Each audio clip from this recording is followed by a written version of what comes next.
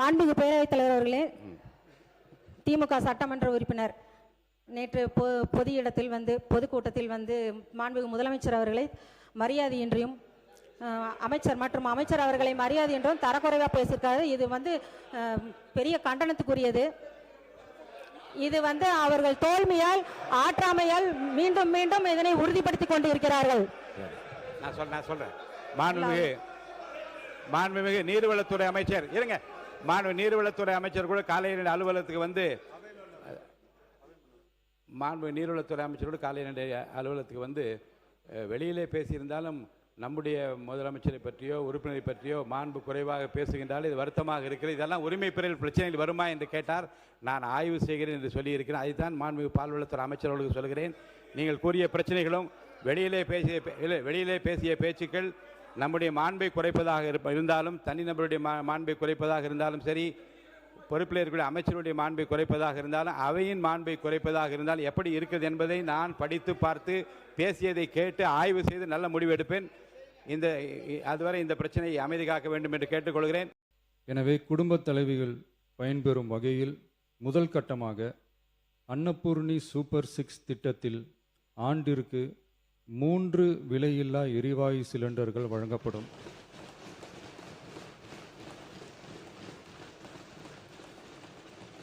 எரிவாயு சிலிண்டருக்கான விலை பயனாளிகளின் வங்கி கணக்கில் நேரடியாக வரவு வைக்கப்படும். இத்திட்ட பயனாளிகள் எரிவாயு சிலிண்டர் பதிவு செய்து சிலிண்டர் பெற்றவுடன் எண்ணெய் நிறுவனங்களிடமிருந்து பட்டியல் பெற்று சிலிண்டருக்கான விலை பயனாளிகளின் வங்கி கணக்கில் வரவு வைக்கப்படும். இத்திட்டத்தினால் சுமார் 1,30,16,104 குடும்பங்கள் பயனடைவார்கள். அதாவது ஆண்டு வருமானம் ரூபாய் 2.5 லட்சத்திற்கு மிகாமல் உள்ள பொருளாதாரத்தில் பின்தங்கியுள்ள குடும்பத்தினர், சிறு குறு விவசாய குடும்பத்தினர், மாற்றுத்திறனாளி குடும்பத்தினர் போன்ற சமூகத்தில் உள்ள நலிந்த குடும்பத்தினர் பயனடைவார்கள். இத்திட்டத்தினை செயல்படுத்துவதற்கான ஆயத்த பணிகள் துவங்கப்பட்டுள்ளது. இத்திட்டம் வரும் பொங்கல் பண்டிகை ஜனவரி மாதம் முதல் செயலாக்கத்திற்கு கொண்டு வரப்படும்.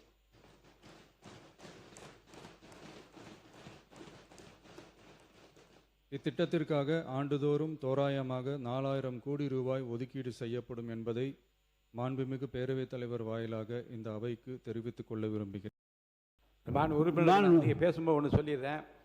எந்த காரணத்தை முன்னிட்டும் அவையில் அறிக்கை ஒன்று மாண்புமிகு முதலமைச்சராலோ அமைச்சர் பெருமக்களால் சமர்ப்பிக்கப்படுகிற போது விதியின் கீழ் எந்த விவாதமும் கிடையாது. 110 விதியின் கீழ் சமர்ப்பிக்கப்பட்ட அறிக்கைக்கு எந்த விவாதம் கிடையாது. அது குறித்து பேசுவதாக இருந்தால் அனுமதி இல்லை. வேறு விஷயங்களை பற்றி பேசுவதற்கு நான் அனுமதி அளிக்கிறேன். மாண்புமிகு பேரவைத் தலைவர் அவர்களே, ஏற்கனவே அரசால் முடிவு செய்யப்பட்டு இடங்களெல்லாம் தேர்வு செய்யப்பட்டு மாண்புமிகு உறுப்பினர் அனுமதி இல்லை. இல்லை அனுமதி இல்லை. ஒரு 10க்கும் மேற்பட்டிருக்கிற பால் உற்பத்தியாளர் சங்கங்களே அங்கங்கே போராட்டங்கள் இருந்த அடிப்படையில் செய்வதோடு மட்டுமல்ல, 24ஆம் தேதியிலிருந்து நாங்கள் ஆவினுக்கு பாலை ஊற்ற மாட்டோம் என்ற நிலையிலே அங்கங்கே நடைபெறுகிறது. தொலைக்காட்சியில் பார்க்கிற பொழுது தாய்மார்கள் எல்லாம் பாலை கொண்டாந்து கொட்டிட்டு அந்த அதிருப்தியை வெளிப்படுத்தி கொண்டிருக்கிறார்கள். எனவே அரசை பொறுத்தளவுக்கு குறைந்தபட்சம் 45 ரூபாயிலிருந்து 46 ரூபாய் ஒரு லிட்டருக்கு எதிர்பார்க்கிறார்கள். எனவே இந்த அரசு உடனே ஆவினுக்கு பால் வருவதற்கு ஏற்படும். ஏன்னா இப்போ பார்த்தா ஜனவரி 25 இப்போ ஒப்பிட்டு பார்க்கிற பொழுது இப்போ பால் ஆவினுக்கு பால் ஊற்றுவதே குறைந்து விட்டது. அதுக்கு காரணம் அவர்களுக்கு கட்டுப்படியான விலை தரவில்லை என்கிற ஒரு குற்றச்சாட்டு இருக்கிறது. எனவே கூடுதலாக இந்த அரசாங்கம் பால் உற்பத்தியாளருக்கு 45 ரூபாய் கொடுத்தால்தான் ஆவினுக்கு பால் வரும், தனியாருக்கு பால் போகாமல் நிறுத்த முடியும். எனவே அரசின் கவனத்திற்கு இது கொண்டு வருகிறேன். மாண்பு உறுப்பினர் அகிரேஷ், மாண்பு முன்னாள் முதலமைச்சர் எடப்பாடி கே பழனிசாமி அவர்கள். மாண்பு சட்டப்பேரவைத் தலைவர் அவர்களே, இது குறித்து கவன ஈர்ப்பு நான் கொடுத்திருக்கின்றோம். அண்மையில் பால் விலை அரசு உயர்த்தப்பட்டது. 3 ரூபாய் தான் உயர்த்தப்பட்டிருக்கின்றது. 1 ரூபாய் இந்த பால் உற்பத்தியாளர் சங்கத்திலிருந்து 1 ரூபாயும் 2 ரூபாய் அரசு கொடுப்பதாக அறிவித்திருக்கின்றார்கள். இன்றைக்கு தீவனுடைய விலை அதிகமாகி போச்சு, பராமரிப்பு செலவு அதிகமாகிவிட்டது. அதனால் பால் உற்பத்தியாளர்கள் அரசு அறிவித்த அந்த விலை போதாது, இன்னும் கூடுதலாக பால் உற்பத்தியாளர்கள் கொள்முதல் விலையை உயர்த்த வேண்டும் என்று தமிழ்நாடு முழுவதும் ஆர்ப்பாட்டம் நடத்தி கொண்டிருக்கின்றார்கள். அவர்கள் கேட்பது 1 லிட்டர் தண்ணி இன்னைக்கு 15 ரூபாய்க்கு விற்கிது, 1 லிட்டர் பாலை 41 ரூபாய்க்கு தான் விற்கிது.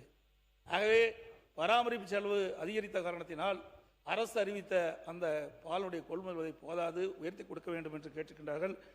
1 லிட்டருக்கு பசும்பால் 50 ரூபாயும் எருமைப்பால் 60 ரூபாயும் வேண்டும் என்று கேட்டுக்கின்றார்கள். அரசு அதை பரிசீலித்து அதை உயர்த்துவதற்குண்டான நடவடிக்கை எடுக்க வேண்டும் என்று தங்கள் வாயிலாக அரசுடைய கவனத்தை ஈர்க்கின்றேன். மாண்புமிகு பால்வளத்துறை அமைச்சர் அவர்கள். முந்தைய ஆட்சியில் ஆட்சி பொறுப்பேற்ற 2 ஆண்டுகளுக்கு பிறகே பால் கொள்முதல் விலை உயர்த்தப்பட்டது. அதன் பின்னர் கடந்த ஆட்சியில் எந்த விலை உயர்வும் வழங்கப்படாத நிலையில் மாண்புமிகு தமிழக முதல்வர் அவர்கள் ஆட்சி பொறுப்பேற்ற 3 மாதங்களில் பால் உற்பத்தியாளர்களின் நலன் கருதி கொள்முதல் விலையை உயர்த்தி வழங்கியுள்ளார்.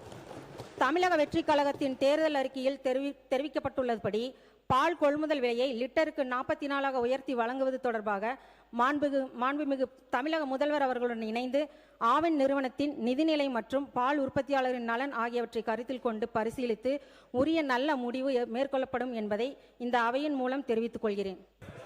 மாண்புமிகு பேரவைத் தலைவர் அவர்களே, மாண்புமிகு உறுப்பினர்,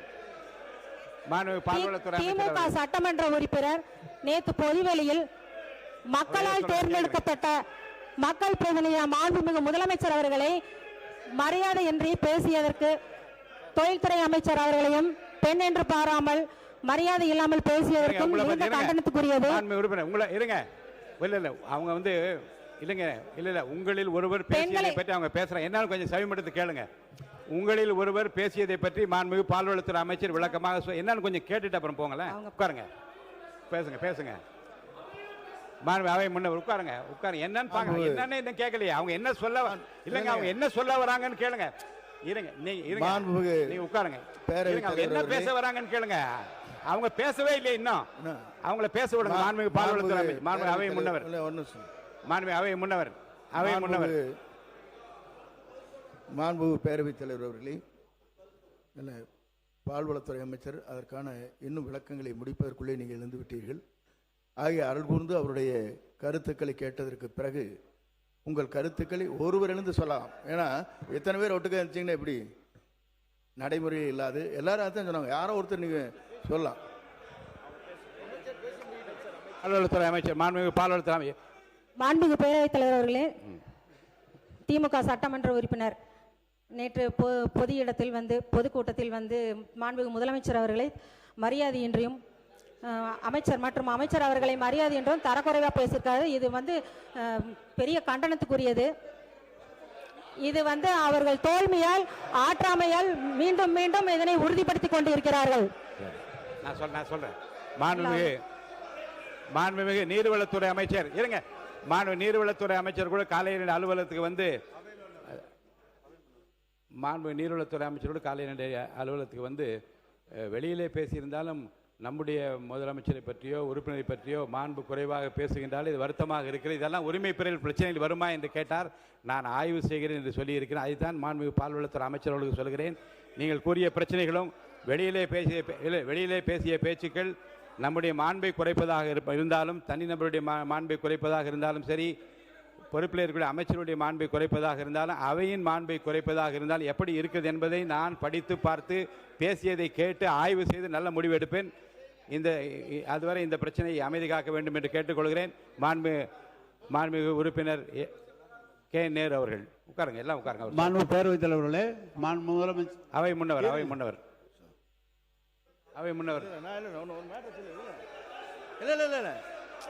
ப்ளீஸ் இருங்க, நான் முடிக்கிறேன். பாலை பற்றி ஒரே நிமிஷம் முடிச்சுக்கிறேண்ணா.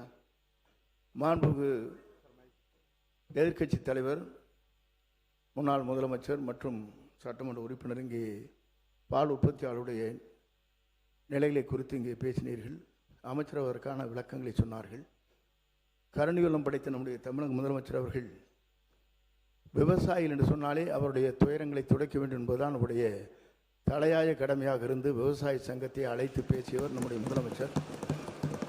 ஆகவே இது போன்ற பால் உற்பத்தியாளர் தங்களுடைய போராட்டத்தை வாபஸ் பெற்றுக்கொண்டு விரைவில் அவரோடு பேச்சுவார்த்தை நடத்தலாம் என்று கூறியிருக்கிறார்கள்.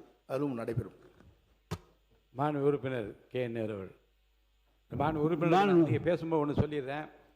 எந்த காரணத்தை முன்னிட்டும் அவையில் அறிக்கை ஒன்று மாண்புமிகு முதலமைச்சராலோ அமைச்சர் பெருமக்களால் சமர்ப்பிக்கப்படுகிற போது விதியின் கீழ் எந்த விவாதமும் கிடையாது. 110 விதியின் கீழ் சமர்ப்பிக்கப்பட்ட அறிக்கைக்கு எந்த விவாதம் கிடையாது. அது குறித்து பேசுவதாக இருந்தால் அனுமதி இல்லை. வேறு விஷயங்களை பற்றி பேசுவதற்கு நான் அனுமதி அளிக்கிறேன்.